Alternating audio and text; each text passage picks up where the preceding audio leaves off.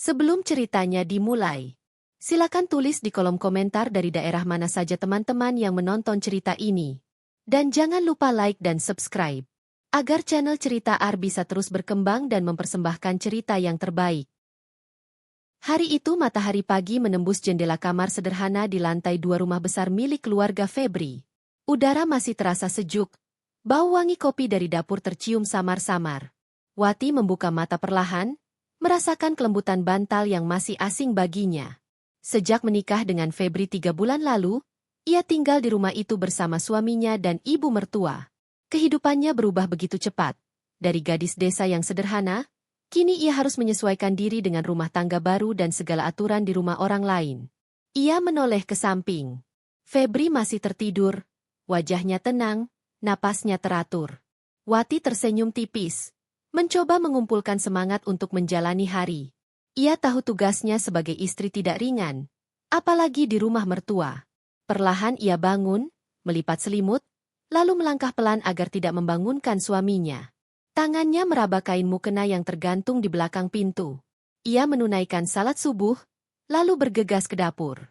Ruang dapur rumah itu luas, dindingnya keramik putih, peralatan memasak lengkap dan modern. Namun bagi Wati, semuanya terasa asing. Ia terbiasa dengan peralatan sederhana di rumah orang tuanya. Kini ia harus belajar menyesuaikan diri, menggunakan kompor gas besar, rice cooker, blender, bahkan oven. Ia membuka lemari pendingin, memeriksa bahan makanan. Ada sayur segar, daging, telur, dan beberapa bumbu yang sudah tersusun rapi. Wati menarik napas panjang, lalu mulai menyiapkan sarapan. Tangannya lincah mengiris bawang, memotong sayur, menyalakan kompor. Suara mendesis minyak panas terdengar memenuhi ruangan. Saat sedang memasak, suara langkah kaki terdengar dari arah belakang. Ibu mertua, seorang wanita parubaya bernama Surti, muncul dengan wajah yang selalu terlihat tegas. Ia memakai daster bunga-bunga, rambutnya disanggul sederhana, tapi sorot matanya tajam. Wati tersenyum ramah, berusaha menyapa dengan sopan. "Selamat pagi, Bu," ucap Wati lirih. Surti hanya mengangguk pelan. Pandangannya menyapu dapur, menatap cara Wati memasak. Ada helaan napas kecil, seperti menahan komentar. Wati tahu, apapun yang ia lakukan selalu terasa kurang di mata mertuanya. Tapi ia tetap melanjutkan masakan dengan hati-hati. Beberapa menit kemudian, aroma sayur bening dan tumis tempe memenuhi ruangan. Wati menata sarapan di meja makan, menu sederhana tapi hangat. Ia menambahkan telur dadar dan teh manis. Febri turun dari lantai 2 dengan kemeja kerja sudah rapi, rambut disisir klimis. Ia tersenyum melihat istrinya sibuk menata meja. "Wah, pagi-pagi sudah rajin sekali," katanya sambil mencium kening Wati. Wati tersipu, tapi senyumnya tulus. "Semoga kamu suka masakanku." Surti duduk di kursi, menatap piring-piring yang tersaji. "Tumis tempe?" tanyanya datar. "Iya, Bu. Saya pikir lebih cepat dan sehat untuk sarapan," jawab Wati hati-hati. Surti hanya mengangguk singkat. Febri mencoba mencairkan suasana. "Sudah bagus kok, Bu. Saya senang Wati mau repot-repot masak tiap pagi." Sarapan berlangsung tenang, meski ada sedikit ketegangan yang hanya Wati rasakan. Setelah makan, Febri bersiap berangkat kerja. Ia pamit pada ibunya, lalu mencium pipi Wati sebelum melangkah keluar rumah. "Jaga diri baik-baik ya," ucap Febri. "Iya, hati-hati di jalan," balas Wati sambil tersenyum. Begitu Febri pergi, suasana rumah terasa berbeda. Hanya tinggal Wati dan mertuanya.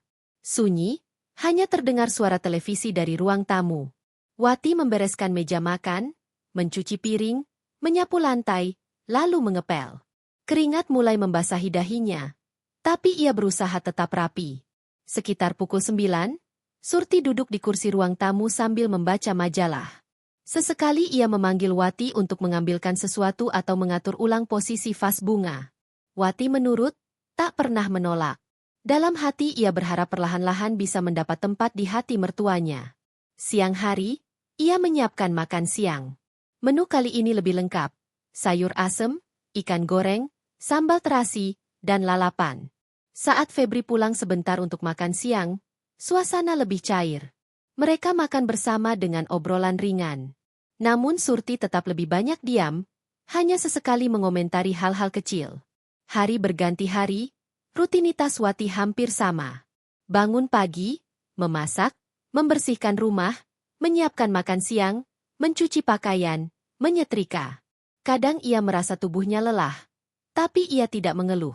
Ia sadar, sebagai istri muda yang tinggal di rumah mertua, ia harus banyak berkorban.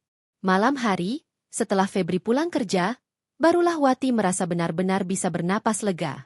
Ia menceritakan sedikit kesehariannya, meski tidak semua, karena ia tak ingin Febri merasa terbebani. Febri mendengarkan dengan sabar, menenangkan, lalu memeluknya sebelum tidur. Hari-hari itu terasa panjang. Wati belajar mengenal lebih dalam karakter suaminya, sekaligus berusaha menyesuaikan diri dengan mertua. Ia tahu, konflik bisa muncul kapan saja, tapi ia berharap kehidupannya tetap harmonis. Namun dalam hatinya, ada rasa khawatir yang sulit ia hilangkan. Waktu berjalan, minggu berganti minggu. Wati semakin terbiasa dengan pekerjaan rumah. Ia mulai hafal kebiasaan ibu mertuanya. Jam berapa suka minum teh, jenis masakan apa yang disukai, bagaimana tata letak rumah harus rapi. Meski begitu, ada kalanya ia masih salah.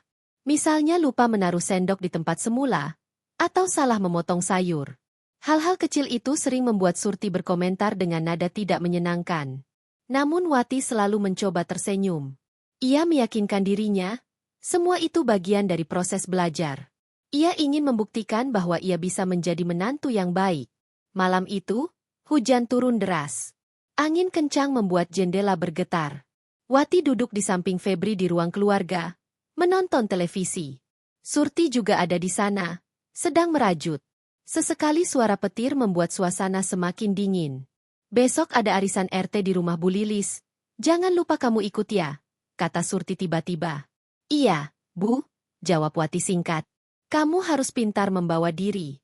Jangan sampai bikin malu. Ingat, kamu sekarang sudah jadi istri Febri. Nama keluarga kita juga ikut terbawa. Wati menunduk. Saya akan berusaha, Bu. Febri menoleh pada istrinya, lalu tersenyum kecil, berusaha memberi semangat. Wati hanya mengangguk, menyimpan rasa cemas dalam hati. Ia tahu, semua gerak-geriknya selalu diperhatikan. Hari demi hari penuh tuntutan.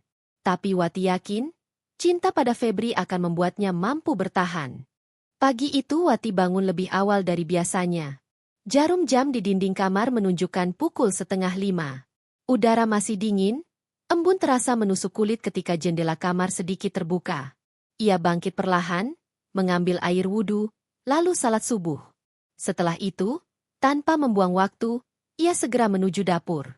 Rumah itu masih sunyi. Langkah Wati terdengar pelan di lantai keramik yang dingin. Lampu dapur dinyalakan, cahaya kuning temaram menyinari ruangan yang luas dengan perabotan serba modern. Wati menghela napas pelan, mencoba mengingat daftar menu yang semalam sudah ia rencanakan. Hari ini ia ingin menyiapkan sarapan yang agak berbeda. Nasi goreng dengan telur ceplok dan potongan ayam suwir. Ia tahu Febri menyukai nasi goreng, dan ia berharap menunya bisa sedikit menyenangkan hati ibu mertua. Tangannya cekatan menyiapkan bahan, bawang putih, bawang merah, cabai, kecap manis, garam. Suara ulekan terdengar pelan ketika ia menumbuk bumbu. Sesekali ia melirik pintu, memastikan tidak ada yang datang tiba-tiba. Aroma harum bawang yang ditumis mulai memenuhi dapur. Setelah nasi goreng matang, ia menata di piring besar, menambahkan irisan mentimun dan tomat. Ia lalu membuat teh hangat. Wati tersenyum kecil, merasa cukup puas dengan hasilnya. Tidak lama kemudian, suara langkah kaki terdengar. Surti muncul dengan wajah masih segar, meski belum berdandan. Tatapannya langsung tertuju pada meja makan. Nasi goreng? Tanyanya singkat. Iya, Bu. Saya pikir menu ini lebih cepat, jawab Wati sopan. Surti berjalan mendekat, menatap nasi goreng itu sejenak. Baunya lumayan. Tapi jangan terlalu banyak minyak, nanti bikin enek. Iya, Bu. Saya sudah kurangi minyaknya. Febri turun tak lama setelah itu. Wajahnya cerah, rambut sudah rapi disisir. Ia melihat meja makan dan tersenyum. Wah, nasi goreng. Favoritku nih. Wati tersenyum lega. Setidaknya suaminya tampak senang. Mereka bertiga duduk di meja makan. Sarapan dimulai dengan obrolan ringan. Febri bercerita tentang pekerjaan di kantor, tentang rekan kerja baru yang baru saja pindah divisi. Surti mendengarkan, sesekali menimpali. Wati lebih banyak diam, sesekali menjawab pertanyaan ringan. Setelah sarapan, Febri berangkat kerja. Wati membereskan meja, mencuci piring, lalu melanjutkan pekerjaan rumah lain. Ia menyapu halaman depan, menata pot bunga yang agak miring karena angin semalam, kemudian menjemur pakaian. Surti memperhatikan dari ruang tamu. Sesekali ia memberi instruksi. Wati, itu jemurnya jangan ditaruh terlalu dekat. Nanti kalau angin besar jatuh semua, katanya dengan nada datar. Iya, Bu, jawab Wati sambil menggeser jemuran. Dan kalau menyapu halaman, coba perhatikan sudut-sudut. Jangan asal cepat selesai. Iya, Bu. Saya perhatikan. Dalam hati, Wati berusaha menahan diri. Ia tahu, setiap gerakannya diperhatikan. Namun ia mencoba menganggap semua itu sebagai bentuk perhatian, meski terasa seperti teguran. Siang menjelang, Wati kembali ke dapur. Kali ini ia menyiapkan makan siang. Sayur sop, ayam goreng, dan sambal. Saat ia sedang sibuk menggoreng ayam, Surti masuk. Kamu jangan sering-sering masak ayam goreng. Minyak itu kalau dipakai banyak kali tidak baik buat kesehatan. Ucapnya tiba-tiba. Wati menoleh, tersenyum sopan. Iya, Bu. Saya akan perhatikan. Surti menghela napas. Kalau masak, pikirkan juga kesehatannya. Jangan asal enak. Iya, Bu. Wati menunduk, melanjutkan gorengan. Dalam hati, ia merasa setiap masakannya selalu saja ada yang salah. Namun ia menahan perasaan itu, memilih tetap diam. Siang itu Febri pulang sebentar untuk makan siang. Mereka makan bertiga. Febri tampak menikmati masakan istrinya, bahkan menambah nasi 2 kali. Surti hanya makan sedikit, lalu berkata pelan, kalau bikin sop, sebaiknya jangan terlalu banyak merica. Pedas. Wati tersenyum kecut. Iya, Bu. Nanti saya kurangi. Setelah makan, Febri kembali ke kantor. Surti beristirahat di kamarnya. Sementara Wati membereskan rumah lagi. Hari-harinya seperti itu terus. Penuh rutinitas dan komentar. Sore menjelang, Wati duduk di kamar, mencoba mengistirahatkan tubuh. Tangannya pegal karena menyetrika pakaian seharian. Ia membuka jendela, menatap langit sore yang mulai memerah. Suara burung-burung kembali ke sarang terdengar jelas. Beberapa menit kemudian, pintu kamar diketuk. Surti berdiri di ambang pintu, membawa tumpukan pakaian. Ini bajunya Febri, tolong disetrika besok. Jangan sampai kusut. Iya, Bu, jawab Wati sambil menerima pakaian itu. Surti menatap sebentar, lalu berkata, kamu harus terbiasa mengurus semuanya sendiri. Jangan manja. Febri itu kerja keras di luar, jadi di rumah harus nyaman. Jangan sampai dia lihat rumah berantakan. Iya, Bu. Saya akan berusaha. Setelah Surti pergi, Wati duduk lama sambil memandangi pakaian itu. Hatinya terasa berat. Ia mencintai Febri, tapi ia juga mulai merasa lelah dengan semua tuntutan yang tak ada habisnya. Namun ia berusaha menguatkan diri, meyakinkan bahwa semua ini demi rumah tangganya. Malam tiba, Febri pulang kerja. Wati menyambutnya dengan senyum hangat, meski tubuhnya lelah. Mereka makan malam bersama, lalu mengobrol sebentar di kamar. Aku lihat kamu makin capek ya akhir-akhir ini, kata Febri sambil menggenggam tangan istrinya. Enggak kok, aku baik-baik aja, jawab Wati, meski suaranya pelan. Febri menatapnya dalam. Kalau ada yang kamu rasa berat, bilang ke aku ya. Wati mengangguk, menahan air mata. Ia tak ingin suaminya ikut terbebani. Hari-hari berikutnya berlalu dengan pola yang hampir sama. Pagi memasak, siang membereskan rumah, sore menyiapkan makan malam, malam mendampingi suami. Namun semakin lama, Wati mulai menyadari bahwa sikap ibu mertuanya tidak berubah. Komentar-komentar kecil selalu ada, entah tentang masakan, kebersihan, atau cara menata rumah. Kadang Wati merasa semua usahanya sia-sia. Ia sudah berusaha sebaik mungkin, tapi tetap dianggap salah. Namun demi Febri, ia menahan diri. Ia percaya, suatu saat semua pengorbanannya akan dihargai. Pagi itu matahari sudah tinggi ketika Febri bersiap berangkat kerja. Jas kerjanya tergantung rapi di kursi. Sepatu hitam mengkilap sudah ia poles sejak semalam. Wati sibuk menyiapkan bekal. Nasi putih hangat, ayam goreng, sambal, dan potongan buah. Ia tahu suaminya sering lupa makan siang jika terlalu sibuk di kantor.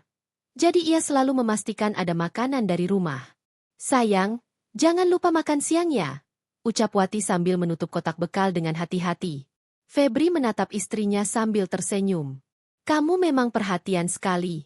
Aku beruntung punya kamu." Wati tersenyum kecil.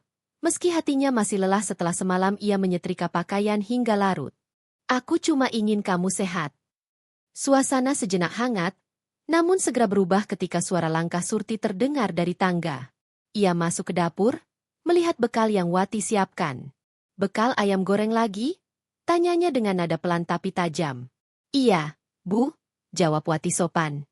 "Febri suka ayam goreng, jadi saya pikir kamu harus belajar variasi menu. Jangan itu-itu saja. Suami kalau bosan bisa cari makan di luar." Wati menunduk. "Iya, Bu." Febri mencoba menengahi. "Bu, saya justru senang dibawakan bekal. Biar hemat juga, enggak jajan sembarangan." Surti hanya mendengus kecil, lalu berlalu. Setelah pamit, Febri berangkat kerja. Wati menatap punggung suaminya yang semakin jauh di ujung jalan. Dalam hati ia merasa hangat sekaligus khawatir. Sejak menikah, Febri memang semakin sibuk. Ia sering lembur, pulang larut malam, bahkan kadang harus bekerja di akhir pekan. Itu berarti Wati semakin sering hanya berhadapan dengan ibu mertua sepanjang hari. Setelah membereskan dapur, Wati mulai mencuci pakaian. Tumpukan baju cukup banyak. Sebagian milik Febri, sebagian milik Surti. Tangannya bergerak cekatan merendam, mengucek, lalu membilas. Air sabun membuat kulitnya perih. Tapi ia tetap sabar. Ketika sedang menjemur, Surti muncul di halaman. "Itu baju jangan dijemur terbalik. Nanti warnanya cepat pudar," katanya sambil menunjuk salah satu kaos. Wati segera membetulkannya. "Iya, Bu. Dan jemurannya jangan terlalu rapat. Kalau enggak, susah kering." "Iya, Bu." Surti menatapnya lama, seolah memastikan Wati mengerti, lalu masuk kembali ke dalam rumah. Siang menjelang, Wati menyiapkan makan siang. Ia memutuskan memasak sayur lodeh dan ikan bakar. Harapannya, variasi menu ini bisa membuat mertuanya lebih senang. Namun ketika Surti mencicipi, komentarnya tetap sama. Lodehnya terlalu encer. Kalau masak santan, santannya harus kental. Baru enak. "Iya, Bu. Maaf, lain kali saya perbaiki," jawab Wati sambil menahan perasaan. Setelah makan, Surti beristirahat di kamarnya. Wati membereskan meja, lalu menyapu ruang tengah. Saat ia sedang sibuk, ponselnya bergetar. Ada pesan dari Febri. "Sayang, maaf kayaknya aku harus lembur lagi malam ini. Jangan tunggu makan ya. Kamu makan duluan aja." Wati menatap layar lama. Ia menghela napas, lalu membalas, "Iya, hati-hati ya. Jangan lupa makan." Rasa sepi mulai menyelimutinya. Ia sadar, waktu bersama suaminya semakin sedikit. Malam nanti, ia akan kembali sendiri di meja makan, ditemani tatapan kritis ibu mertua. Sore itu, Surti memanggilnya ke ruang tamu. Di meja sudah ada beberapa toples kosong. "Besok ada arisan di rumah Bu Tati. Tolong kamu yang bikin kue. Jangan sampai memalukan ya," katanya tanpa basa-basi. "Kue apa yang ibu mau?" tanya Wati. "Bikin bolu kukus sama kue lapis. Jangan gosong, jangan bantat. Kalau gagal, malu kita." "Iya, Bu. Saya coba." Surti menatapnya tajam. "Jangan cuma coba. Harus berhasil. Ingat, kamu sekarang bagian dari keluarga ini. Semua orang lihat kamu. Kalau kamu gagal, bukan cuma kamu yang jelek, tapi nama keluarga kita juga." Wati menunduk dalam-dalam. "Saya akan usahakan sebaik mungkin, Bu." Malam tiba. Wati makan malam bersama Surti tanpa Febri. Meja terasa dingin. Hanya suara sendok beradu dengan piring. Surti makan sedikit, lalu meletakkan sendok. Besok bangun lebih pagi. Kalau kue mau bagus, jangan buru-buru. Iya, Bu. Setelah itu Surti masuk kamar. Wati membereskan meja seorang diri, lalu duduk di ruang tamu. Ia menatap pintu yang tertutup, merasakan kesepian semakin dalam. Tangannya gemetar, tapi ia menahan air mata. Di kamar, ia mencoba menenangkan diri. Febri belum pulang. Ponselnya hanya sesekali berbunyi, mengirim kabar singkat bahwa suaminya masih di kantor. Wati memejamkan mata, berharap esok lebih baik, meski hatinya tahu, hari-hari ke depan mungkin akan sama. Matahari belum sepenuhnya terbit ketika Wati terbangun. Jam dinding kamar menunjukkan pukul 4:10. Ia segera bangkit, membasuh muka, lalu menunaikan salat. Setelah itu, ia menuju dapur tanpa menunda. Hari ini terasa lebih berat, sebab ia harus menyiapkan kue untuk arisan di rumah Bu Tati sesuai permintaan ibu mertuanya. Suasana dapur masih gelap, hanya cahaya lampu neon yang menemani. Wati membuka lemari dapur, mengeluarkan tepung, telur, gula pasir, santan instan, dan pewarna makanan. Tangannya bergerak cepat tapi hati-hati. Ia tahu betul, sedikit saja kesalahan, ibu mertuanya tidak akan segan mengkritik habis-habisan. Pertama-tama, ia menyiapkan adonan bolu kukus. Telur dan gula dikocok hingga mengembang, lalu tepung dimasukkan perlahan. Uap panas dari kukusan sudah mengepul ketika adonan dituangkan ke dalam cetakan berwarna-warni. Tidak lama, langkah kaki terdengar. Surti muncul dengan daster batik, rambut disanggul seadanya.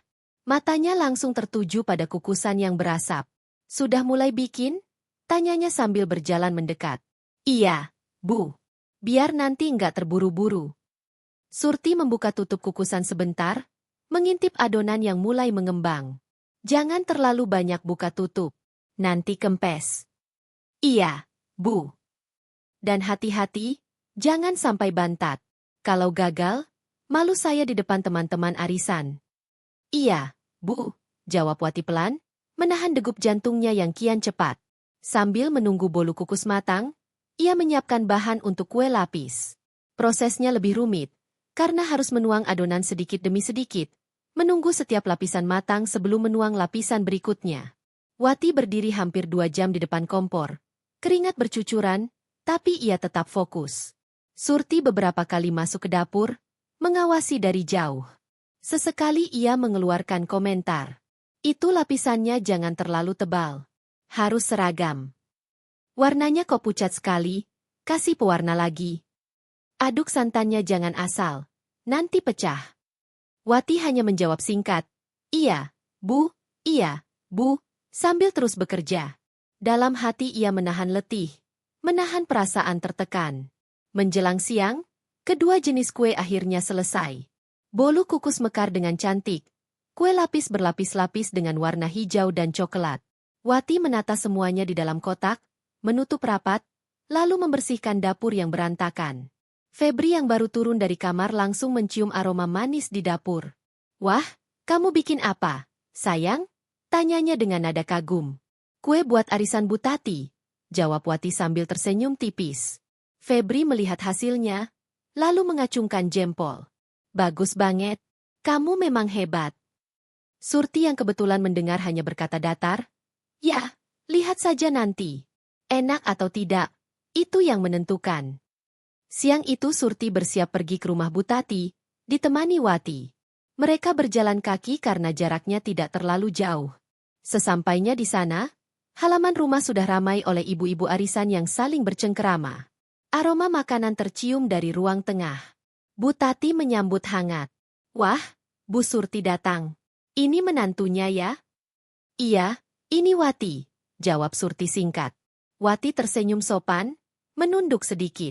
Iya, Bu, saya Wati. Kue buatan Wati diletakkan di meja bersama hidangan lain. Ibu-ibu mulai mencicipi. Komentar terdengar dari beberapa arah. Wah, bolu kukusnya cantik sekali. Kue lapisnya rapi ya. Lembut juga. Ini siapa yang bikin? Enak, Loh. Wati mendengar komentar itu dengan hati lega, tapi ia tidak berani menunjukkan ekspresi berlebihan. Surti hanya tersenyum tipis, lalu berkata, "Ya, menantu saya yang bikin. Saya yang ajari." Wati tercekat sejenak. Kata-kata itu menusuk hatinya, tapi ia menahan diri. Ia tahu, di depan orang lain ia tidak boleh membantah. Sepanjang arisan, ia duduk mendampingi ibu mertua, tersenyum sopan ketika diajak bicara. Namun di dalam hati, ada rasa getir yang sulit ia sembunyikan. Segala jerih payahnya seolah hanya menjadi bayangan di balik nama ibu mertuanya. Sore hari, mereka pulang membawa kotak kosong. Di jalan, Surti berkomentar, "Lumayan, kue kamu tadi nggak memalukan. Tapi jangan cepat puas. Masih banyak yang bisa kamu perbaiki." "Iya, Bu," jawab Wati lirih. Sesampainya di rumah, ia langsung ke dapur membereskan sisa-sisa bahan. Tangannya gemetar, hatinya panas, tapi wajahnya tetap datar. Malam itu, ketika Febri pulang, ia hanya bercerita sedikit, tidak ingin membuat suaminya khawatir. Febri yang lelah karena pekerjaan hanya bisa mengusap kepala istrinya dan berkata, "Terima kasih sudah berusaha. Kamu istri terbaik." Wati tersenyum samar, tapi di dalam hati ia tahu, rasa sakit yang ia simpan semakin menumpuk. Hari itu udara terasa panas sejak pagi. Matahari bersinar terik menembus jendela ruang tengah. Wati sibuk membersihkan meja makan setelah sarapan. Febri sudah berangkat ke kantor, meninggalkan rumah hanya berisi dirinya dan Surti. Setelah membereskan piring, Wati menuangkan segelas air putih dingin untuk dirinya. Tenggorokannya kering setelah bekerja di dapur. Ia membawa gelas itu ke ruang tengah, hendak duduk sebentar sambil menonton televisi. Langkahnya pelan, tapi karena lantai licin bekas pel, tiba-tiba kakinya sedikit terpeleset. Gelas di tangannya oleng, air tumpah ke lantai, sebagian mengenai meja kecil di samping sofa. "Ya Allah!" bisik Wati kaget, buru-buru meletakkan gelas yang tersisa dan mengambil kain lap. Belum sempat ia membersihkan, suara Surti terdengar lantang dari arah tangga. "Apa itu? Suara apa barusan?" Wati terdiam sejenak. "Air, Bu, saya nggak sengaja menumpahkan sedikit." Langkah Surti cepat menuruni tangga. Begitu sampai di ruang tengah dan melihat lantai basah, wajahnya langsung berubah masam. "Kamu ini gimana sih? Masa menumpahkan air saja sampai berceceran begini?" bentaknya. Wati menunduk, buru-buru mengelap lantai. "Maaf, Bu. Saya nggak sengaja. Lantainya licin." "Alasan? Kalau hati-hati, enggak bakal tumpah. Dasar ceroboh." Suara keras itu menusuk telinga Wati. Tangannya gemetar saat mengelap lantai. Ia mencoba tetap tenang, meski jantungnya berdegup kencang. Surti melipat tangan di dada, berdiri di samping sofa sambil menatap tajam. "Kamu ini sudah tinggal di rumah saya, makan dari dapur saya, masa kerjaan kecil begini nggak bisa rapi? Baru tumpah segelas air saja sudah bikin kotor begini." Air mata hampir jatuh dari mata Wati, tapi ia menahannya. "Saya minta maaf, Bu. Saya akan lebih hati-hati." "Maaf, maaf terus. Kalau terus begitu, kapan bisanya? Saya malu punya menantu ceroboh begini." Kata-kata itu menghujam keras ke hati Wati. Ia menunduk semakin dalam, mencoba menyembunyikan ekspresi wajahnya. Tangannya cepat mengelap, memastikan tidak ada lagi air yang tercecer. Ketika lantai sudah kering, Surti masih belum berhenti. "Kamu itu harus belajar jadi istri yang benar. Jangan cuma bisa masak dan cuci baju, tapi nggak bisa menjaga kerapian rumah. Kalau ada tamu lihat ini tadi, apa kata mereka? Mereka pasti bilang saya nggak bisa mendidik menantu." Wati hanya diam. Tenggorokannya tercekat. Ia ingin menjawab, tapi lidahnya keluh. Setelah puas melampiaskan amarah, Surti akhirnya masuk ke kamarnya dengan langkah keras. Pintu ditutup dengan bunyi brak. Wati terduduk di lantai, masih memegang kain lap yang basah. Air mata akhirnya jatuh satu persatu, menetes di lantai yang baru saja ia bersihkan. Dalam hati, ia bertanya, mengapa hal kecil bisa membuatnya begitu dihina? Siang itu, Wati tetap menyiapkan makan siang seperti biasa. Tangannya bergerak otomatis memotong sayur, menumis bumbu, memasak nasi. Tapi pikirannya melayang, teringat suara bentakan tadi. Ketika Surti turun untuk makan, ia duduk tanpa banyak bicara. Namun tatapannya pada Wati tetap dingin. Setiap gerakan Wati terasa diawasi. Saat makan, Surti sempat berkata, "Kalau begini terus, saya bisa sakit hati sendiri. Kamu harus belajar. Jangan sampai kesalahan kecil bikin saya malu di depan orang lain." "Iya, Bu," jawab Wati lirih. Hari itu, Wati memilih diam sepanjang sore. Ia membereskan rumah, mencuci piring, dan menyiapkan teh sore untuk Surti. Tetapi di dalam hati, luka itu terus menganga. Ia merasa bukan hanya dimarahi karena air yang tumpah, tapi seakan harga dirinya diinjak-injak. Malam harinya, ketika Febri pulang, ia menyambut dengan senyum tipis. Febri bercerita tentang pekerjaannya yang menumpuk, lalu makan malam dengan lahap. Wati hanya menemaninya, tak berani bercerita tentang kejadian siang tadi. Namun di dalam hati, ia menyimpan tekad, kejadian ini tidak boleh terulang. Ia tak ingin terus-menerus dianggap remeh hanya karena kesalahan kecil. Malam sudah larut. Lampu ruang tengah masih menyala redup, hanya menyisakan cahaya temaram yang jatuh di lantai mengilap. Wati duduk sendirian di kursi dekat jendela, memandang keluar ke arah halaman gelap. Suara jangkrik terdengar samar. Tangannya memeluk bantal kecil. Matanya kosong menatap jauh, seolah mencari jawaban di balik langit malam. Bentakan siang tadi masih terngiang jelas. Kata-kata ibu mertua menancap tajam di kepalanya. "Dasar ceroboh. Malu saya punya menantu seperti kamu." Suara itu kembali bergema, membuat dadanya sesak. Ia menghela napas panjang, tapi tetap saja rasa perih itu tak juga reda. Pintu kamar terdengar berderit. Febri keluar, melihat istrinya masih terjaga. "Sayang, belum tidur juga? Besok kamu pasti capek." Wati menoleh, tersenyum tipis. "Iya, sebentar lagi.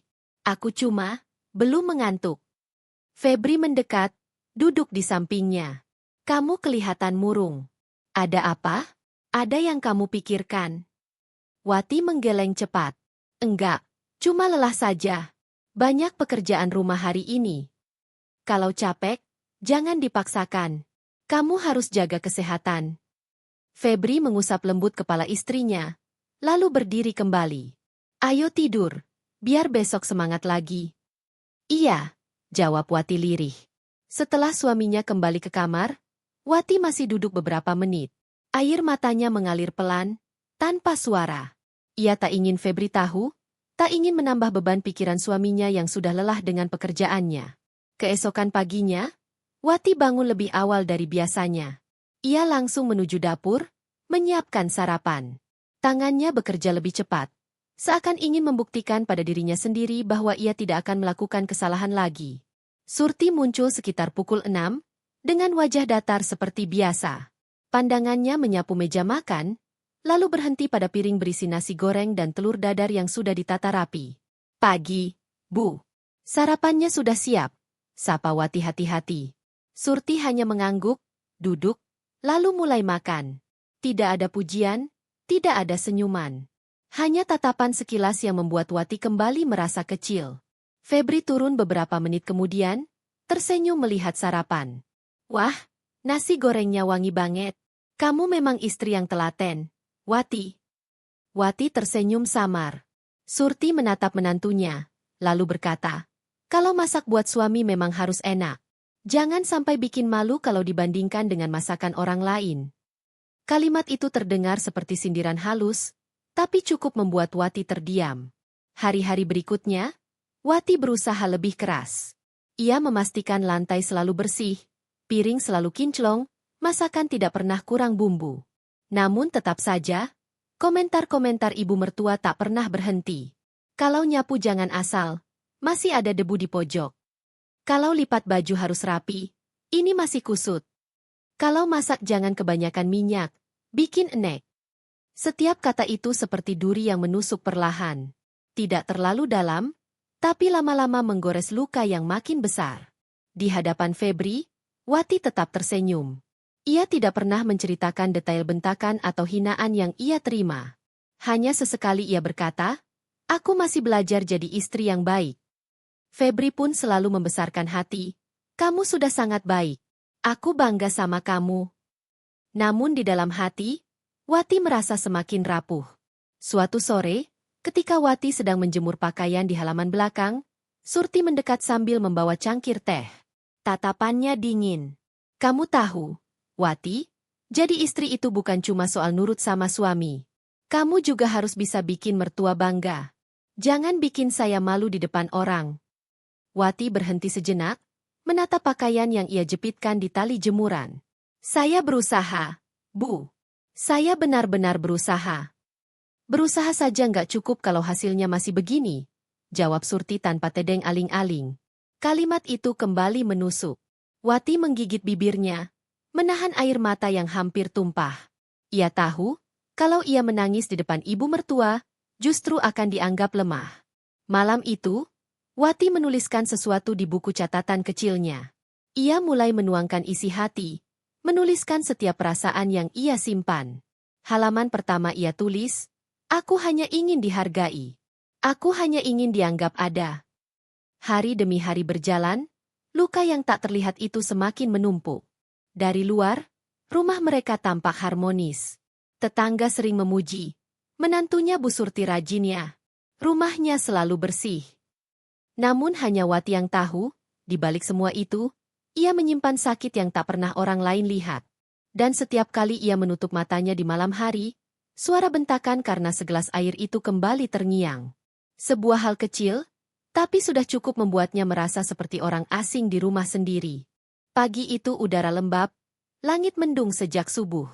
Wati berdiri di dapur dengan wajah letih. Matanya sedikit bengkak akibat menangis semalam, tapi ia tetap tersenyum ketika Febri datang. "Aku buatkan teh hangat, ya?" katanya sambil menuangkan air ke cangkir. Febri duduk di kursi, meraih koran. "Makasih, sayang. Kamu nggak usah terlalu capek, ya? Kalau lelah, istirahat." "Iya," jawab Wati pendek. Senyumnya tipis, tak cukup menutupi keletihan yang ia rasakan. Dari lantai atas, suara langkah Surti terdengar. Wati langsung merapikan letak piring dan sendok, memastikan semuanya sempurna. Ia tahu, sekecil apapun kesalahan, ibu mertuanya pasti akan menemukan celah untuk mengomentari.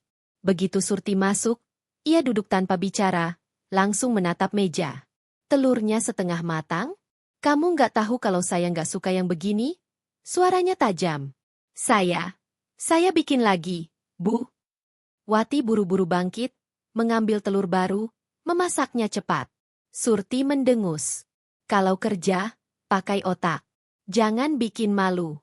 Masa masak telur saja nggak bisa benar?" Febri sempat menatap ibunya, lalu menoleh ke Wati. "Sudah, Bu. Enggak usah dibesar-besarkan. Telur itu sepele. Sepele buat kamu, tapi buat saya tidak. Kalau dari hal kecil saja dia nggak bisa rapi, gimana hal besar?" sahut Surti. Wati menunduk, tidak berkata apapun.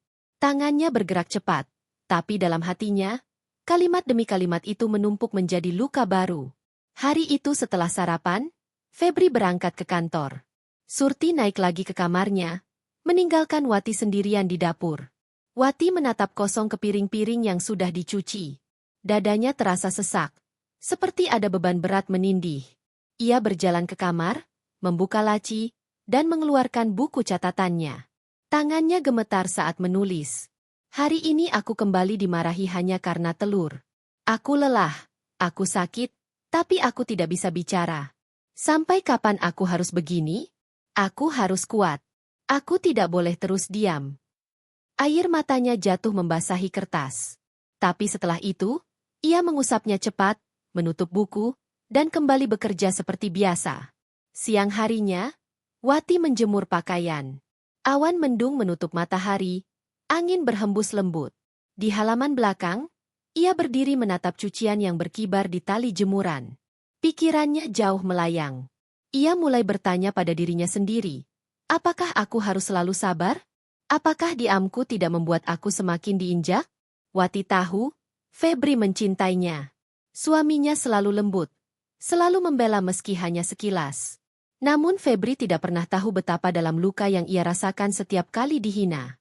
Sore itu, ketika ia sedang menyiapkan camilan, Surti datang lagi. Kenapa rotinya gosong sedikit di pinggir? Kamu nggak bisa perhatikan dengan benar, ya? Kalau kasih orang begini, orang bisa jijik. Wati menghela napas pelan. Maaf, Bu. Saya akan buat lagi. Buat lagi, buat lagi. Dasar menantu nggak becus. Ujar Surti sambil berjalan pergi. Wati berdiri mematung di dapur. Tangannya gemetar, hampir menjatuhkan sendok. Tapi kali ini ia tidak menangis. Ada sesuatu yang berubah dalam dirinya. Rasa sakit itu mulai berubah menjadi bara kecil, menyala diam-diam di dalam dada. Malam harinya, ia kembali menulis di buku catatan. Kali ini kalimatnya lebih tegas. Aku sudah cukup sabar. Aku tidak mau selamanya begini. Aku akan belajar melawan, entah dengan cara apa. Aku tidak akan biarkan diriku terus dihina hanya karena hal-hal kecil. Beberapa hari berikutnya, Wati mulai menunjukkan sedikit perubahan. Ia tetap lembut, tetap bekerja dengan tekun, tapi ada ketegasan kecil yang mulai muncul. Ketika Surti berkata, "Kenapa sapunya masih berdebu?" Wati menjawab tenang, "Saya sudah menyapu 3 kali, Bu. Kalau masih ada, mungkin karena angin dari jendela." Surti menatapnya tajam, seolah tidak suka dengan jawaban itu. Namun Wati tidak lagi menunduk terlalu dalam. Ia menatap lantai sambil melanjutkan pekerjaannya, tidak lagi tampak setakut dulu. Meski kecil, perubahan itu menumbuhkan kekuatan baru di dalam dirinya. Setiap malam, setelah Febri tidur, Wati duduk menulis. Ia menuliskan semua rasa sakit, semua hinaan, dan tekadnya untuk bangkit. Ia tahu, suatu saat nanti, ia harus membalas semua perlakuan itu. Tekad itu tumbuh perlahan, diam-diam, seperti benih kecil yang mulai mengakar di dalam tanah. Dan Wati, yang selama ini hanya menahan diri, mulai menyadari bahwa ia punya pilihan, tetap diam, atau suatu saat berdiri melawan. Langit sore tampak labu, gerimis turun tipis-tipis, membasahi halaman rumah. Wati duduk di teras, merapikan jemuran yang belum sempat kering. Suara rintik hujan jatuh ke genting membuat suasana terasa sendu. Namun di dalam dada Wati, tidak ada lagi hanya rasa sendu. Ada sesuatu yang lain, sesuatu yang sejak beberapa hari terakhir tumbuh makin jelas, keberanian. Ia mengingat kembali semua kata-kata tajam ibu mertuanya. Setiap hinaan, setiap bentakan, seolah terukir jelas di dalam kepalanya. Namun jika dulu luka itu membuatnya menangis, kini luka itu justru menumbuhkan tekad. Pintu belakang terbuka, Surti keluar dengan payung di tangan. "Wati, jemuran itu kenapa belum diangkat dari tadi?" "Dasar lamban." Suaranya tajam, seperti biasa. Wati menoleh pelan. Matanya menatap lurus, meski bibirnya tetap tersenyum samar. "Saya baru saja mau angkat, Bu." Gerimisnya baru turun beberapa menit lalu. "Alasan saja. Kalau kamu sigap, pakaian itu nggak akan basah lagi," sergah Surti sambil berjalan pergi. Dulu, Wati mungkin akan langsung menunduk, meminta maaf, lalu buru-buru mengangkat semuanya. Namun kali ini ia menahan diri. Ia tidak menjawab, hanya melanjutkan pekerjaannya dengan tenang. Di dalam hati, ia berkata pada dirinya sendiri, "Aku tidak akan biarkan kata-katanya lagi-lagi merobekku. Aku harus kuat." Malamnya, ketika makan malam berlangsung, Surti kembali melontarkan komentar pedas. "Sayur ini terlalu asin. Kamu nggak bisa rasain sendiri? Kalau kasih makan orang, jangan kayak mau meracuni." Sendok di tangan Wati berhenti sejenak. Jantungnya berdegup kencang, tapi ia menatap piringnya sebentar lalu berkata tenang, "Saya sudah mencicipinya, Bu. Rasanya pas. Mungkin selera kita berbeda." Ruangan mendadak hening. Surti menoleh tajam, tatapannya seperti kilatan pisau. "Apa kamu membantah saya?" Wati menelan ludah. Tangannya gemetar di bawah meja, tapi wajahnya tetap terlihat tenang. "Saya tidak membantah, Bu.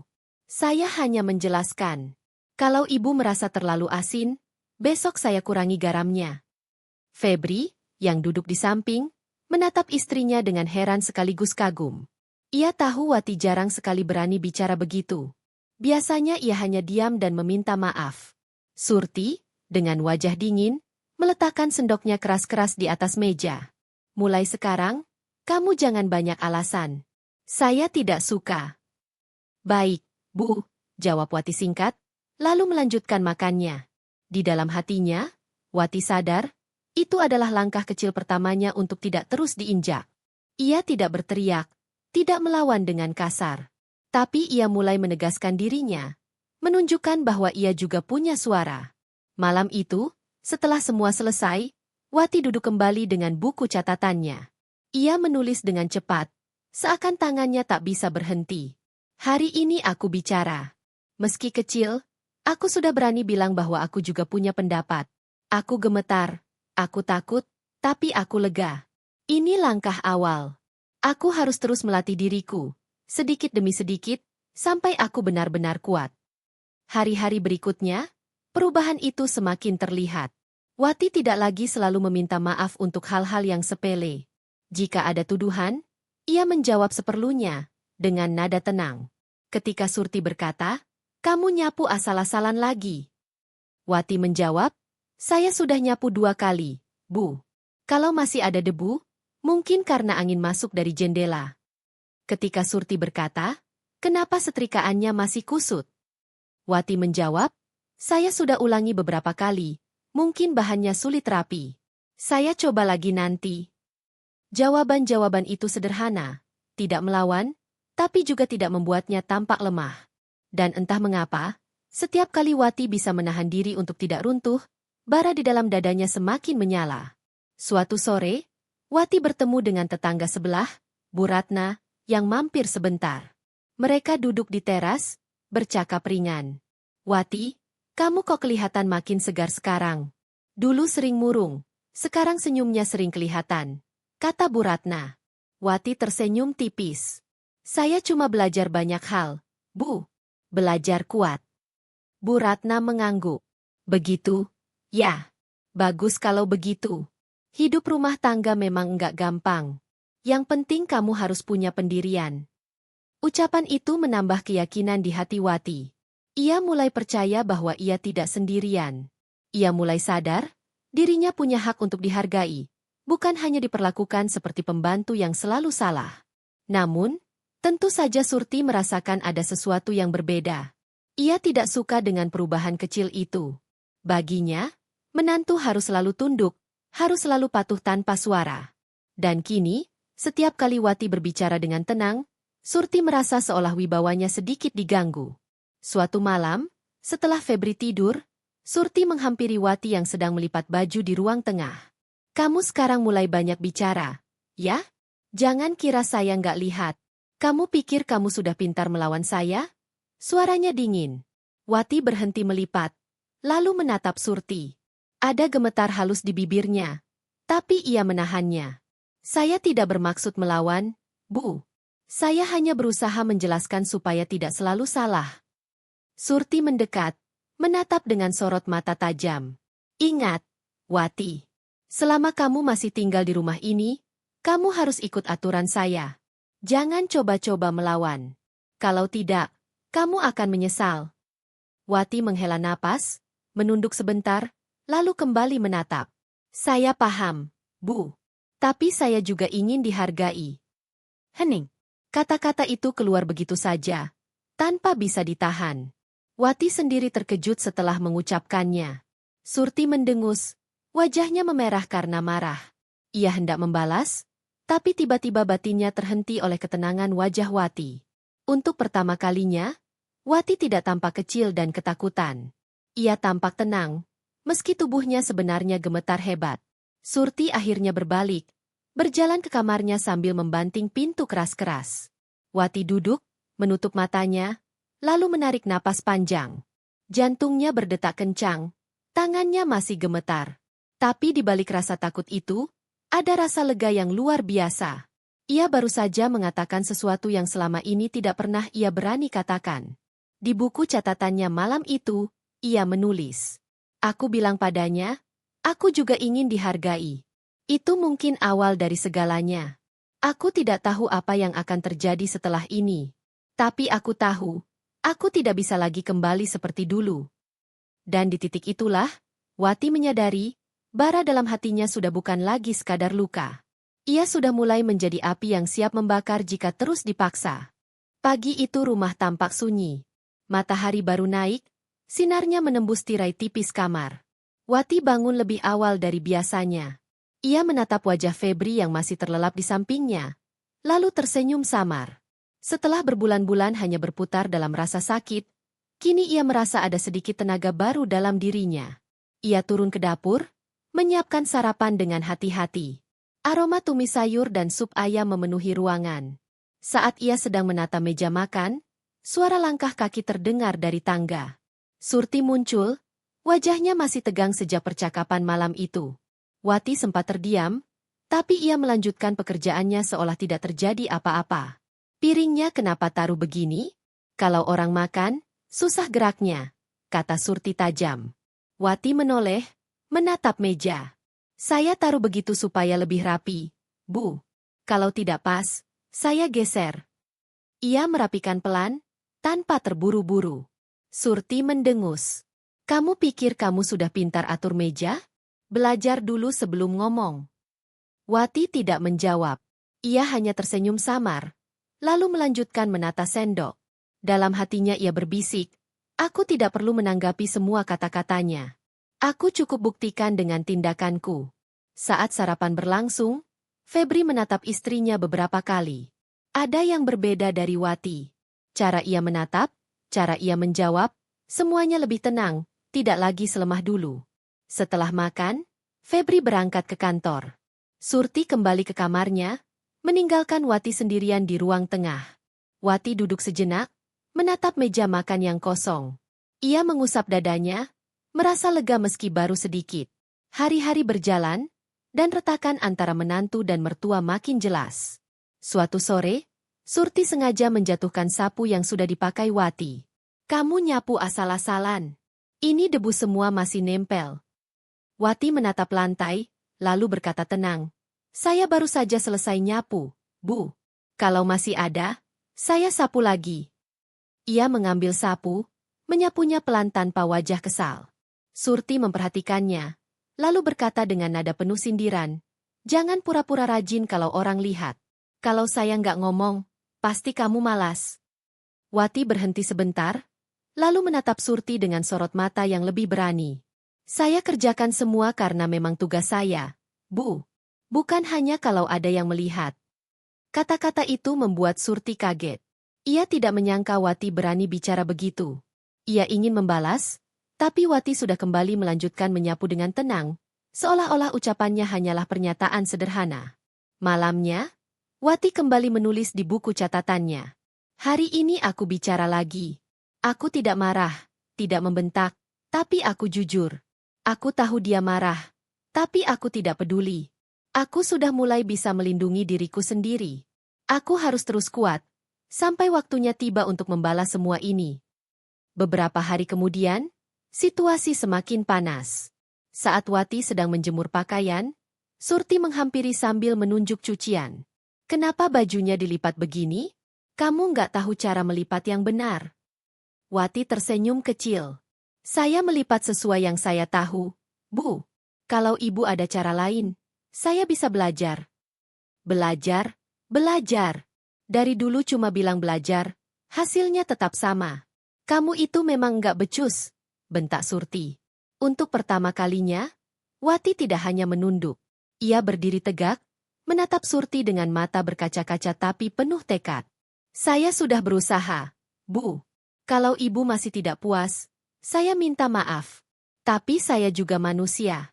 Saya bisa salah, saya juga bisa benar. Surti terdiam beberapa detik. Ia tidak menyangka Wati berani mengucapkan itu.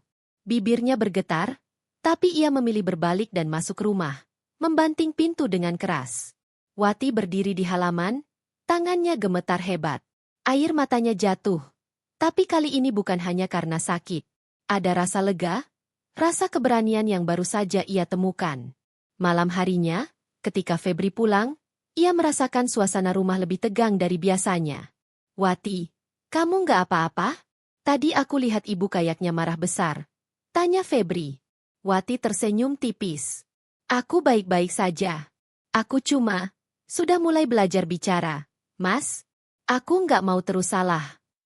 Febri menghela napas, lalu menggenggam tangan istrinya. Aku bangga sama kamu. Aku tahu kamu kuat. Tapi jangan sampai kamu sakit hati terlalu dalam, ya? Wati menatap mata suaminya, lalu mengangguk pelan. Dalam hatinya ia berkata, aku memang sakit hati. Tapi sakit ini yang akan membuatku berdiri lebih kokoh. Aku tidak akan biarkan siapapun lagi menginjakku. Dan malam itu, Wati tidur dengan perasaan berbeda. Meski rumah terasa penuh ketegangan, ia tahu satu hal. Retakan sudah semakin jelas, dan suatu saat, retakan itu akan pecah menjadi sesuatu yang lebih besar. Matahari pagi menembus jendela ruang tengah, cahayanya jatuh ke lantai yang baru saja dipel oleh Wati. Suasana rumah terasa hening, hanya suara burung di luar jendela yang terdengar. Wati duduk di kursi rotan, tangannya masih memegang kain pel. Keringat membasahi pelipisnya, tapi wajahnya tidak lelah. Ada sesuatu dalam tatapannya yang berubah. Lebih tegas, lebih hidup. Surti turun dari lantai atas dengan wajah yang selalu sama, dingin dan penuh perintah. Tatapannya langsung jatuh pada lantai yang masih sedikit lembab. Kenapa kamu ngepel sekarang? Orang-orang baru mau sarapan, malah licin begini. Dasar nggak tahu waktu. Wati menoleh pelan, lalu meletakkan kain pel di ember. Saya sengaja pel lebih pagi, Bu. Supaya bersih sebelum semua mulai beraktivitas. Kalau licin, sebentar lagi juga kering. Alasan lagi, bentak Surti, nada suaranya meninggi. Kamu itu kalau dikasih tugas gampang saja, selalu cari-cari alasan. Enggak becus. Wati menarik napas dalam. Jantungnya berdegup cepat, tapi ia berdiri tegak. Ia menatap Surti, bukan dengan tatapan menantang, melainkan dengan sorot mata yang mantap. Saya tidak mencari alasan, Bu. Saya hanya menjelaskan. Saya memang ingin rumah ini bersih. Surti terdiam beberapa saat, lalu mengerling sinis. Kamu sekarang makin berani ya bicara? Dulu diam saja, sekarang sudah bisa membalas. Bukan membalas, Bu, jawab Wati tenang. Saya hanya ingin bicara jujur. Suasana ruangan menjadi tegang. Udara seolah membeku. Hanya suara detik jam dinding yang terdengar. Surti menahan amarahnya, lalu berbalik menuju dapur tanpa berkata lagi. Wati duduk kembali, tangannya gemetar halus. Ia tahu kata-katanya barusan akan membuat Surti semakin marah. Tapi ia juga tahu, ia sudah tidak bisa kembali ke dirinya yang dulu. Selalu diam, selalu tunduk tanpa suara. Malamnya, ketika Febri pulang, suasana rumah masih dingin. Surti sengaja tidak banyak bicara. Wati menyiapkan makan malam dengan tenang. Saat makan, Surti hanya mengeluarkan komentar pendek. Sayurnya hambar, lalu tidak bicara lagi. Febri merasa aneh. Ia menatap Wati, lalu menatap ibunya. Bu, menurut saya sayurnya enak kok. Wati masak sudah bagus. Wati terkejut, menoleh pada suaminya. Itu pertama kalinya Febri membela terang-terangan. Surti menatap anaknya tajam, tapi tidak berkata apa-apa lagi. Setelah makan, Febri mendekati Wati di dapur. Aku lihat kamu sudah mulai bisa ngomong di depan ibu. Kamu nggak takut? Wati tersenyum samar. Aku takut, Mas. Tapi aku lebih takut kalau terus diam. Kalau aku diam, aku bisa habis. Febri menghela napas panjang, lalu meraih tangan istrinya. Aku ngerti. Aku janji aku akan lebih sering ada buat kamu. Ucapan itu membuat hati Wati sedikit hangat. Meski Febri tidak selalu mengerti betapa berat yang ia alami, setidaknya kini ia tidak sepenuhnya sendirian. Beberapa hari kemudian, suasana semakin panas. Pagi itu, Surti melihat hasil cucian yang baru dijemur. Kenapa jemuran kamu taruh di sini? Tempatnya jadi sempit. Wati menoleh, menatap dengan tenang. Matahari jatuh lebih banyak di sini, Bu. Kalau ditaruh di sana, bajunya lama kering. Alasan lagi. Kamu memang selalu punya jawaban. Kamu kira kamu pintar? Suara Surti meninggi. Wati menggenggam tangannya erat-erat, tapi ia tidak menunduk. Saya hanya berusaha, Bu. Saya tidak bermaksud melawan. Diam kamu. Jangan banyak bicara.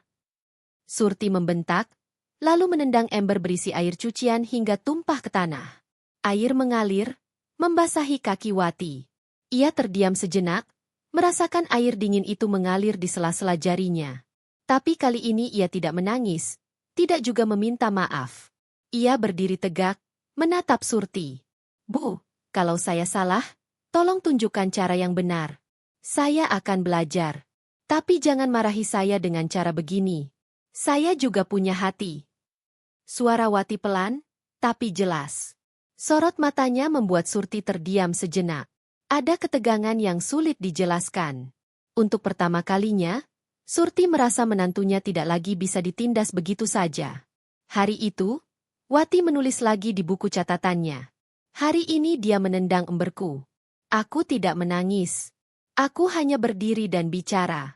Aku melihat wajahnya, dan untuk pertama kalinya, dia tidak langsung membalas. Aku tahu aku mulai mengubah keadaan. Aku tahu waktuku semakin dekat. Aku harus sabar. Aku harus kuat. Balasanku akan datang, tapi bukan sekarang. Aku akan tunggu waktu yang tepat. Malam semakin larut.